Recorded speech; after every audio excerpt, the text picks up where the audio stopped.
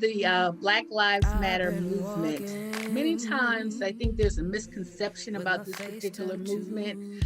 Um, Many think that this movement is only about just protesting, but this group, which was uh, organized in 2013, that derived from the killing of Trayvon Martin, um, it was just you know, I don't even know sometimes if these three young women knew what this movement was going to do for the African American community.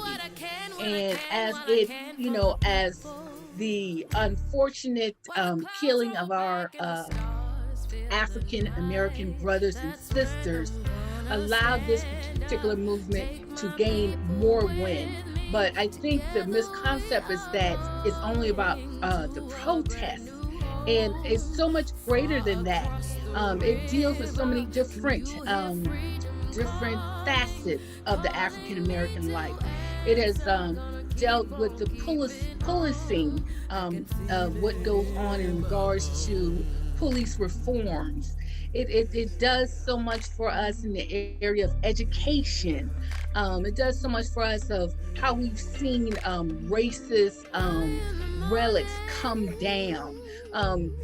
Entertainment have to take a look at how they deal with the African American race, as well as people of color.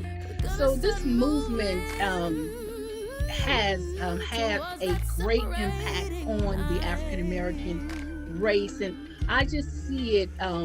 It is what pushes us and what is propelling us currently to look at ourselves as a people, but more so as the nation to look at us as a people. Black lives does matter, and we as blacks must remember that. We must understand that in order to make the world understand that.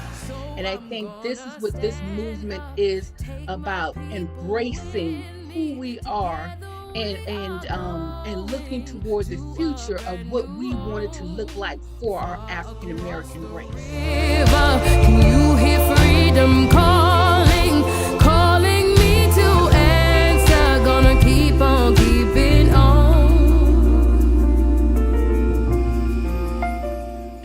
Tremendous question for a tremendous time in our society, as we have definitely embarked on one of the greatest achievements of the first African American, Asian American woman to be nominated, elected, and sworn in as our Vice President, Kamala Harris.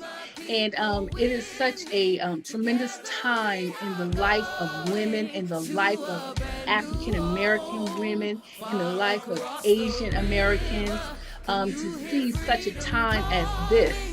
That she has propelled young girls to believe the unthinkable can be achieved for them. And then I think of Stacey Abrams, who at the age of 17 set up her first voting table to sign those individuals up for voting, and the tremendous life that she has led, and was able to change a red state blue, her and her network, and to see those women come together to do this great thing in our nation for African American women. It is a tremendous time in our lives.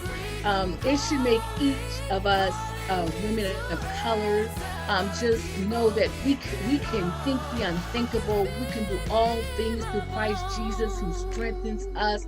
We can be whatever God has called us to be. It does not matter what people think about us. It does not matter what people think about the color of our skin. It does not matter what they think about our gender. But we can do all things. And we can keep on dreaming the impossible, because we serve a God of the impossibilities. He makes those things impossible possible.